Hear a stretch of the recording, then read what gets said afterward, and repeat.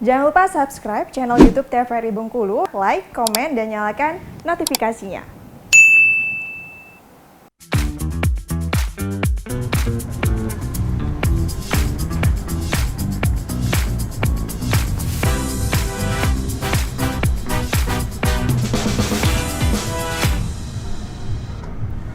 Assalamualaikum warahmatullahi wabarakatuh. Salam jumpa pemirsa TVRI Bengkulu. Berjumpa kembali bersama saya Agnes Ramadhani dalam acara Opini Obrolan Pagi ini. Nah pemirsa, pada hari ini tepatnya 5 Mei 2023 diperingati sebagai Hari Bidan Sedunia, yang mana memang bidan ini berperan dalam proses mengandung ibu, terus juga pada saat melahirkan, dan juga membantu proses persalinan, dan masih banyak lagi yang belum kita ketahui ini sebenarnya. Nah pemirsa, yang memang Hari peringatan bidan internasional ini merupakan ajang peningkatan kualitas bidan yang krusial bagi ibu hamil dan juga keluarga, salah satunya di Indonesia. Maka dari itu perannya bidan ini dalam memeriksa, membantu, serta juga merawat dalam proses persalinan wanita hamil. Nah pemirsa, terkait dengan tema kita hari ini yaitu bidan untuk masyarakat, sudah hadir bersama saya di pagi hari ini nih Bidan Susi Irmanovia. Selamat pagi Ibu. Pagi Mbak. Gimana kabarnya Bu? Alhamdulillah sehat. Alhamdulillah sehat. Ibu, ini saya mau boleh sapa Ibu, Mbak, atau Ibu Bidan? Ibu bidan aja. Ibu Bidan. Oke, Ibu Bidan, ini kan terkait dengan hari ini ya, Hari Bidan Sedunia. Sebenarnya kalau Ibu Bidan sendiri memaknai Hari Bidan Sedunia ini seperti apa sih? Hari Bidan Sedunia itu sebenarnya adalah untuk menghargai aspirasi bidan sebagai ibaratnya malaikat yang membantu dari periode kehamilan, masa periode emas sampai persalinan, nipas sampai KB. Jadi di situ sampai usia anak 2 tahun. Disitulah masa periode emasnya dibutuhkan peran bidan. Apalagi terkhususnya bagi seorang ibu tadi ya, baik apalagi dari ibu muda, baik dari proses awal kehamilan ya, mengandung, melahirkan, dan juga setelah pasca melahirkan. Iya, gizinya harus diperhatikan. Gizinya harus diperhatikan. Nah tapi kalau Bu Bidan sendiri ini backgroundnya memang pendidikannya dari bidan ya, perbidanan berarti ya? Oh ya, saya dari dulu backgroundnya dari perawat, sekolah bidan 1 tahun, kemudian 3 tahun ambil D4 1 tahun. Alhamdulillah sekarang lagi ngambil profesi di Poltekkes Kemenkes Bengkulu. Ngambil profesi. Insya Allah akhir bulan ini ke Bali magangnya 1 bulan. Ke Bali. Di rumah sakit Sangla. Kalau program permagangan itu bisa dipilih daerahnya atau itu sesuai penempatan masing-masing? Emang dari kampusnya Mbak. Oh emang dari kampusnya. Sudah berapa lama sih Bu Bidan ini jadi seorang bidan di Bengkulu? Oh udah lama Mbak, udah lebih kurang 20 tahun Mbak. 20 tahun, ya berarti sudah lama banget ya. Emang aslinya orang Bengkulu ya? Enggak, saya dari Sumatera Barat tapi besarnya di Lampung. Dulu pertama kerja PTT di Lampung Mbak, baru kita pindah ke Bengkulu. Pindah ke Bengkulu. Pertamanya di Lampung. Kenapa sih tertarik jadi seorang bidan?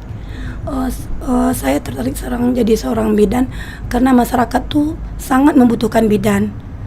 Jadi kalau udah kita kasih edukasi, kebanyakan masyarakat tuh lebih percaya ke bidan untuk persalinan normalnya. Iya, daripada ketimbang ke dokter tadi ya. Karena berarti memang tugas dari bidan dan juga dokter ini berbeda ternyata ya. Kalau dokter dia bisa persalinan normal, tapi kalau persalinan normal tuh lebih diarahkan ke bidan. Kalau yang persalinan ESA itu memang ada indikasi harus EC gitu loh Mbak. Itu tupoksinya dokter SPOG. Gitu, Nah ini kan kalau misalnya sekarang tuh ya, apalagi generasi milenial ya, banyak sekali masyarakat yang memang sekarang tuh udah mau melahirkannya prosesnya sesar gitu kan, nggak mau lagi dari bidan gitu. Itu kenapa sih kalau Bu Bidan sendiri melihat kondisi itu? Itulah butuh peran bidan. Kami sebagai bidan memberi edukasi ke anak-anak milenial sekarang, gimana caranya supaya anak-anak milenial tuh mau bersalin normal. Makanya kita adakan edukasi lewat TikTok. Gimana pemeriksaan kehamilan itu, selama hamil harus berapa kali pemeriksaan, 6 kali, ke dokter 2 kali gitu. Jadi mereka harus tahu, contohnya 10T. Kalau ibu hamil tuh kita harus 10T Mbak. Pertama timbang, berat badannya harus naik secara normal 12 kilo sampai 14 kilo. Tensinya, kemudian tinggi badan sangat mempengaruhi Mbak. Kalau tinggi badan dia 140, kalau mau bayi berat badan 3,5 atau 4 kilo nggak lewat. Iya. Gitu. Nah, Jadi makanya harus sesar gitu ya. makanya si pasien harus dari awal hamil dia kontrol, kalau dia terpantau, insya Allah dia mudah lahirannya, nggak pakai stres. Kemudian suntik tete, tinggi rahimnya, gerakan janinnya harus diperhatiin juga 10 kali dalam sehari. Iya. Kalau dia berkurang dia harus cepat ke bidan atau ke rumah sakit gitu loh Mbak. Kemudian dia harus minum tablet tambah darah, itu yang penting. Kemudian dia cek laboratorium. Nah, di sini laboratorium cek HB, golongan darah, hepatitis, HIV. Kalau itu semuanya normal, dia boleh lahir di bidan kalau dia bisa normal. Kemudian dia akan aman untuk persalinan normalnya Mbak, dan lahir sesarnya. Kemudian dia harus ikut edukasi kelas ibu hamil, senam ibu hamil gitu loh Mbak. Berarti sebenarnya untuk sesar ini ada kriterianya Ya, ya, nggak sembarangan betul, langsung Mbak. sesar. Iya. Sebenarnya baiknya itu normal ya bidan ya. Kalau mau normal ya itu kita dari awal hamil, yaitu dari trimester pertama. Kalau lebih bagusnya tiap bulan. Apalagi sekarang BPJS kan udah nanggung 6 kali BPJS gratis loh. Iya. Kalau di bidan itu dia punya hati nurani yang sangat baik, kayak ibarat malaikat loh Mbak. Kalau nggak punya uang juga bisa gratis, pakaian juga bisa dibeliin gitu loh Mbak. Jadi nggak yang kayak serem itu harus bayar gitu, nggak gitu loh Mbak. Iya, apalagi sekarang tuh para bidan juga mengikuti perkembangan zaman Iya. ya, setelah melahirkan di video kan, buat divideoin, konten gitu. dibuat konten, difotoin gitu loh Mbak. Jadi kan anak-anak muda milenial sekarang dia lebih cenderung yang kayak gitu loh Mbak. Oke, tapi kalau Bu Bidan sendiri ini kan bekerja di dua di dua Iya, tempat, betul. di puskesmas sebagai ASN dan juga di klinik. Nah, sebenarnya awal mulanya itu di puskesmas terlebih dahulu atau di klinik terlebih dahulu nih? Kita di puskesmas dari pagi sampai jam 2. Kalau kita ada pasien persalinan, kita nanti izin sama kapusnya gitu loh Mbak, sama kepala puskesmasnya.